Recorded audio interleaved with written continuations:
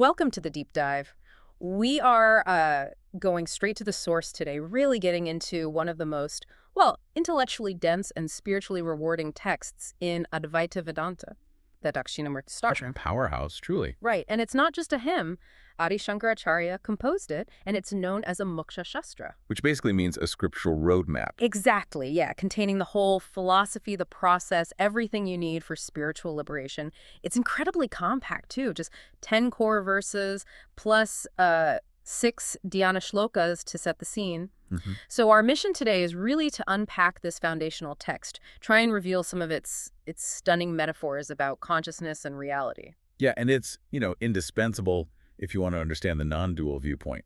To even begin, we have to look at the figure it honors, Dakshinamurthy. LordShiva. LordShiva, yeah, specifically as the Devata, the primordial, the ultimate teacher. And the name itself, Dakshinamurthy, it's got this fascinating double meaning, doesn't it? It really does. Yeah. The most common way people understand it is the deity facing south. Simple enough. South, usually associated with death, Yamadevata. Exactly. Time, ignorance, mortality. So by facing south, Dakshinamurthy is showing, symbolically, I'm beyond all that. He's conquered the cycle, mastered time and death. Okay. But the philosophical schools, they break the word down a bit differently. Dakshinamurthy. Oh, okay. Dakshina meaning skillful, capable, and Amurti meaning formless. Right.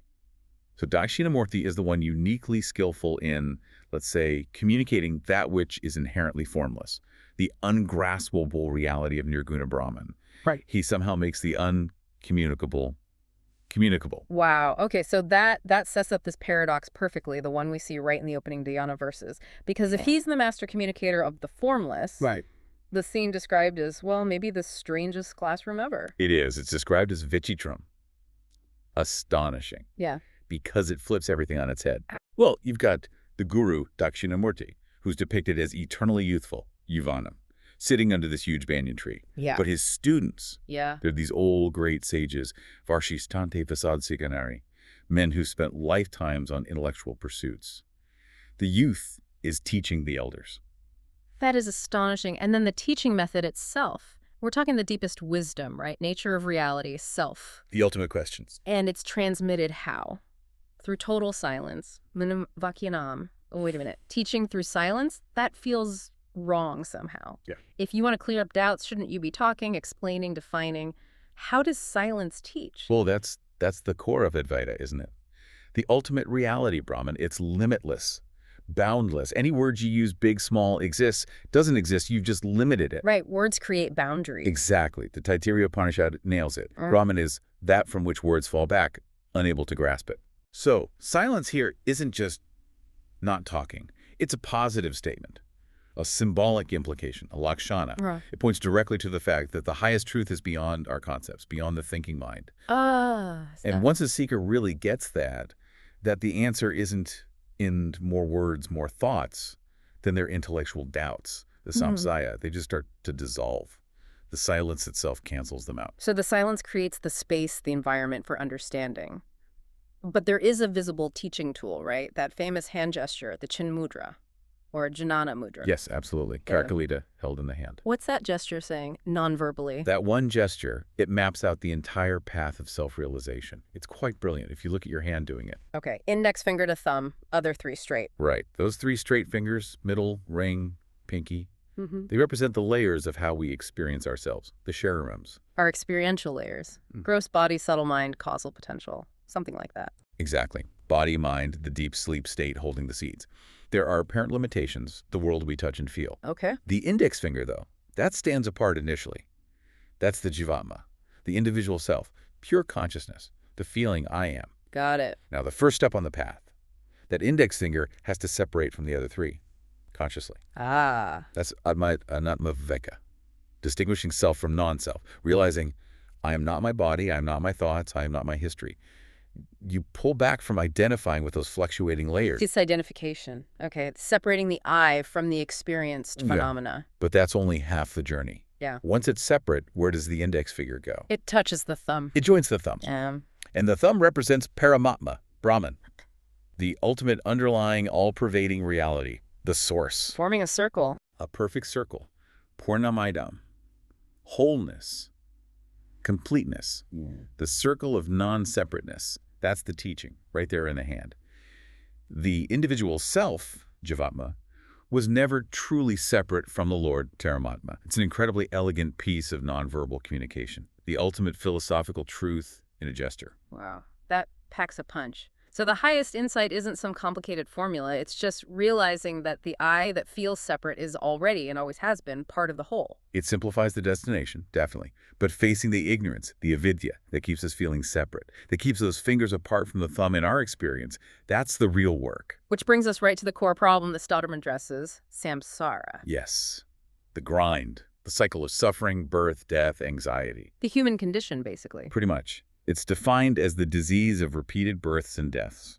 And the root cause, avidya, ignorance. It's like this fundamental misseeing, a glitch in perception that makes us identify with the limited and see separation everywhere. And Dakshinamurthy is the cure. He's seen as the Bishaje Bhava Rojinam, the greatest doctor, or maybe the ultimate medicine, for this disease of existence.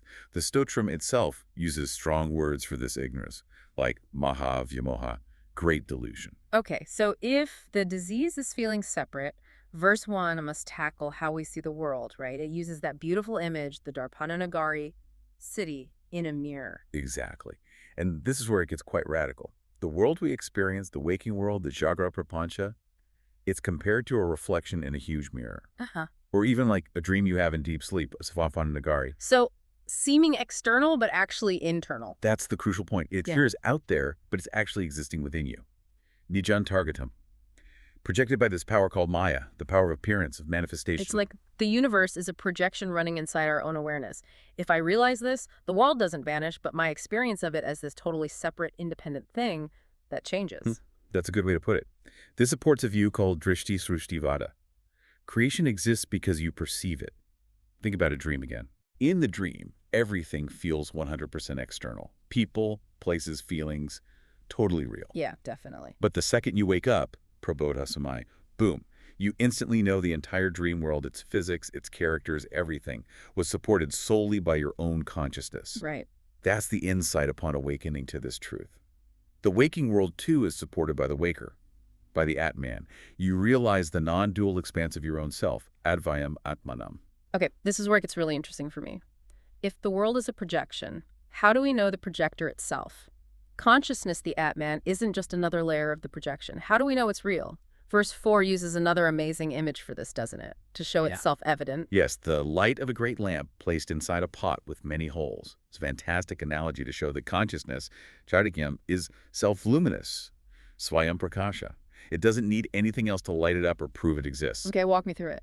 So the lamp, the mati, that's pure consciousness itself, the Atman, intrinsically bright. The prat with many holes, the Nanakidragata, that's us. Our body-mind complex, specifically the 5 sense organs, eyes, ears, nose, tongue, skin. The holes are the senses. Okay, right, the container and its openings. Consciousness, the life in the lamp, streams out through these senses by his Band-Aid. And because it streams out, it illumines the objects the senses encounter. Making the world knowable. Exactly. And here's the absolute core insight from this verse, the takeaway. The entire world shines after consciousness. Anupati etat samastam jagat. It shines after it, meaning? Meaning the world doesn't contain consciousness. Consciousness contains the world. Like the moon borrows light from the sun. The entire perceived reality borrows its existence, its knownness, its illumination from the Atman, from consciousness. You can doubt anything, the world, your body, your thoughts, but you simply cannot doubt the fact that you are conscious right now. Because the doubting itself requires consciousness. Precisely. The doubt proves the doubter's conscious nature. That makes the Atman undeniably, fundamentally self-evident. It's the one thing you can't logically deny. Okay, that's powerful. So if everything else, body, mind, world is fleeting, maybe borrowed light, what about the sense of me that experiences all this change? What's the constant factor? That constant presence, that continuity is the absolute key to finding the real self. Verse 7 talks about this continuous I am, hemi-edi. It's the invariable factor that runs through all variable states. And those states are wildly different. We're talking childhood, youth, old age. Yeah. But also waking, dreaming, deep sleep, radical shifts. Huge shifts. Think about deep sleep. The whole world, the whole sense of being a person, your memories, your plans, gone. No subject, no object. Total blank, it seems. Right. Yet when you wake up, you say, wow, I slept well, or I had no dreams. That I was present somehow, even in the absence of all objects and thoughts, untouched. Yeah. So even if the body changes, the mind fluctuates wildly across your whole life. That core sense of I am, the pure Sat Chit Atma existence consciousness remains constant. Its persistence is the proof of its fundamental reality. But it's so easy to mistake this pure I for something else.